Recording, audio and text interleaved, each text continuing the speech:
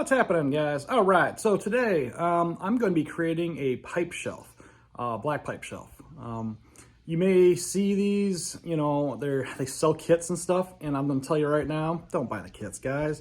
They're like $100. You can build this stuff for like 20, 30 bucks, and I'm going to show you how. What I'm going to be doing is I want a shelf for my stereo receiver in the basement, so let's get building. So the dimensions of my stereo receiver, it's about 17 wide and 15 and 3/8 deep. Now, the issue with buying wood only comes 12 inches deep, up to. Or you can buy a bigger board, pine board, that's just a bunch of boards pressed together. But those usually come like 2 foot wide. Not what I want. I don't want to trim it down. So how do I get 15 and 3/8? Pretty easy. I just buy 2/8, press them together. So let's get that started. All right, here's our shelf. Pop the two together, Bob's your uncle. Now, the one thing that I don't like are sharp edges. You can get splinters, you can cut yourself, since it's gonna be up high, you can bump into it, knock your eye out. I'm gonna round this all down.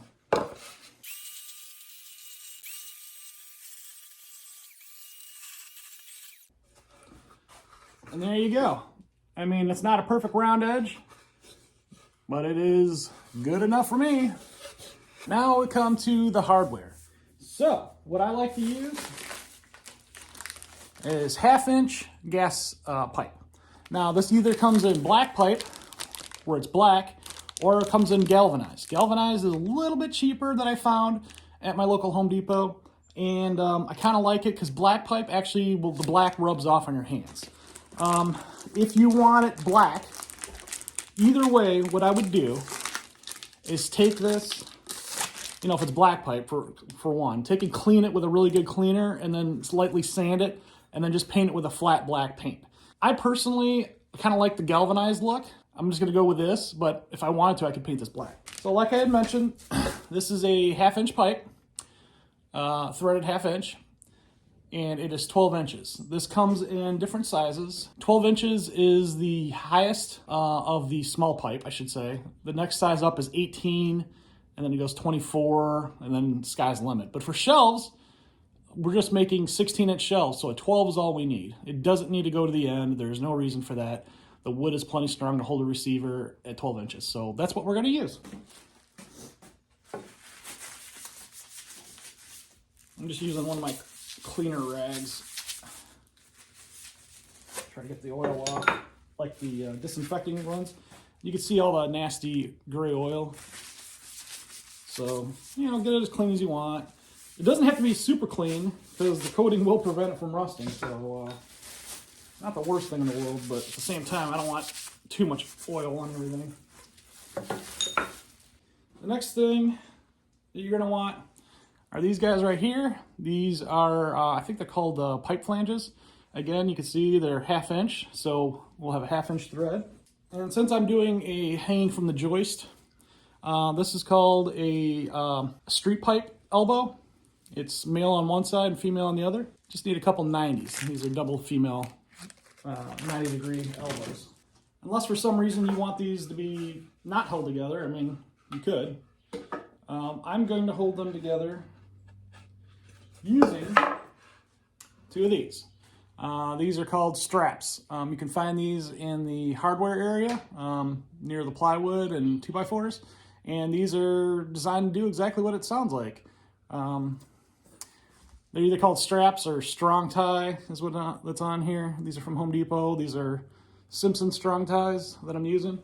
If you guys got clamps, I recommend using them. Use them if you got them.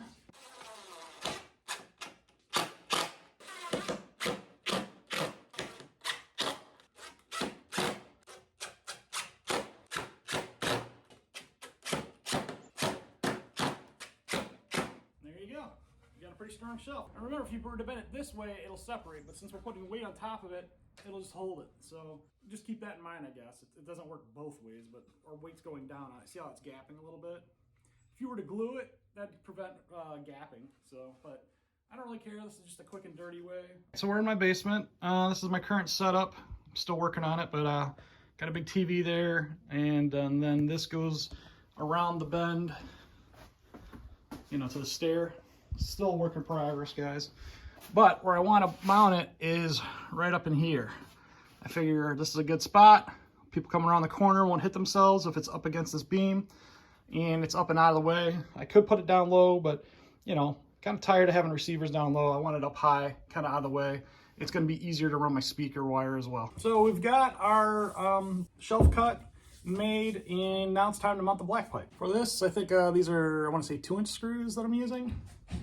Doesn't need to be terribly wide, and I am going into a joist, and this is a support joist, so there's 3 2x10s there, so you can use any size screw you want, but you don't need to go super overkill. And this guy's got 4 screw holes in it, so we're going to take and go ahead and mount this. You can use all 4 if you want, doesn't matter.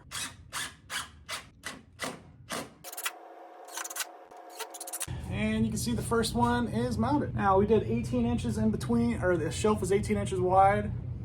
I want to bring it in at least an inch on each side. So this is 18. We'll put this on 17. 18's right there. Next we do the street elbows. These do not need to be terribly tight, guys. Just tight enough to be not wobbly, I guess.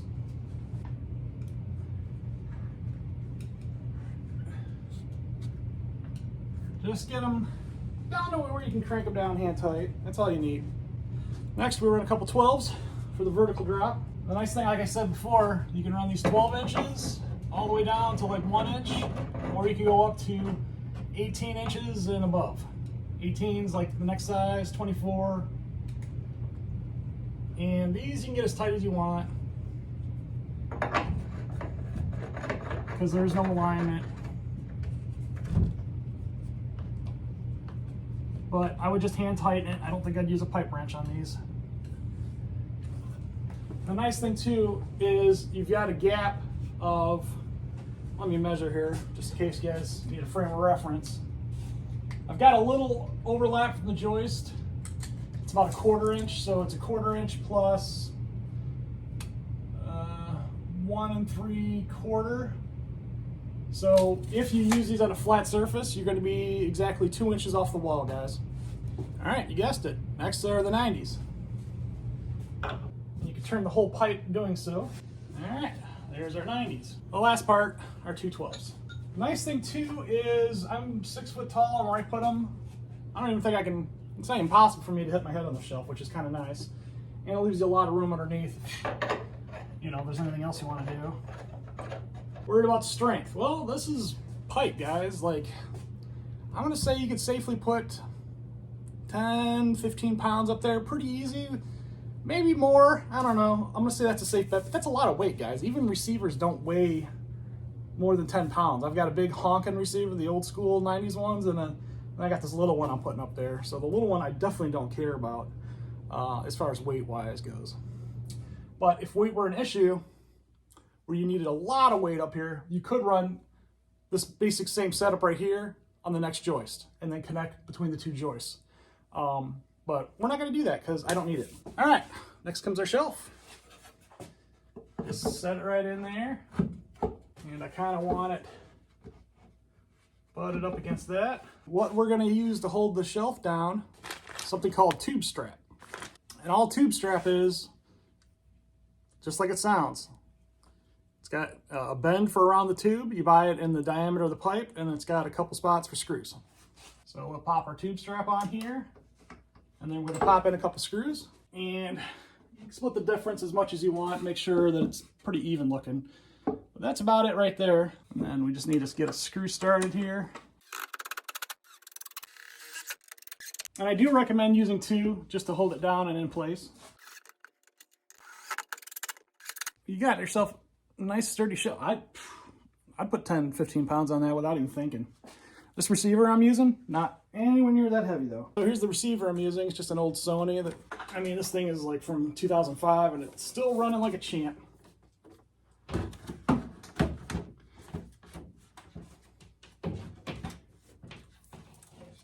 You yeah, I got cord and stuff to deal with. If you're interested in seeing me wire this up and clean up all the wires and everything so you don't see wires hanging down, let me know, guys. I will take and show you the rest. Or maybe I'll show you my surround sound system when I'm done. No, I'm not fancy. Like I said, this is an old stereo receiver from 2005. I'm only going to be running 5.1 audio. I don't really care about 7.1, 8.2, blah, blah, blah. Sky's the limit with these speakers, guys. I don't care. I'm pretty chill when it comes to this stuff, and I just like the basics, and this is all I need. So this is actually a DVD player. Doesn't even play Blu-rays. What I'll probably do for Blu-rays is, since I left myself some room up here, maybe I'll just put my Xbox up there or my PlayStation and play Blu-rays through that. But I like where it's at. I mean, I could run pipes, you know, from floor to ceiling. I can run shelves all the way down if you want like a bookshelf. This is a very modular design. You could do a lot with these. I've used these a ton. Like I said, I built a whole computer desk out of black pipe and a live edge oak slab. Looks beautiful. So I'll show you that. All right, this is my computer desk. Excuse the mess, it is trashed at the moment. But you can see there's a pipe that comes down and around for the live edge. And you can see my pipe, how I connected it. And it's got like that back rail. That's really just to kind of keep it nice and strong. And it's got one down there as well. This concludes another episode of Jeep Creep. If you like this build and interested in seeing me finish my basement, shoot me some comments, guys. Always love hearing what you like to see and what you don't like to see. As always, please subscribe and check out my other videos as well.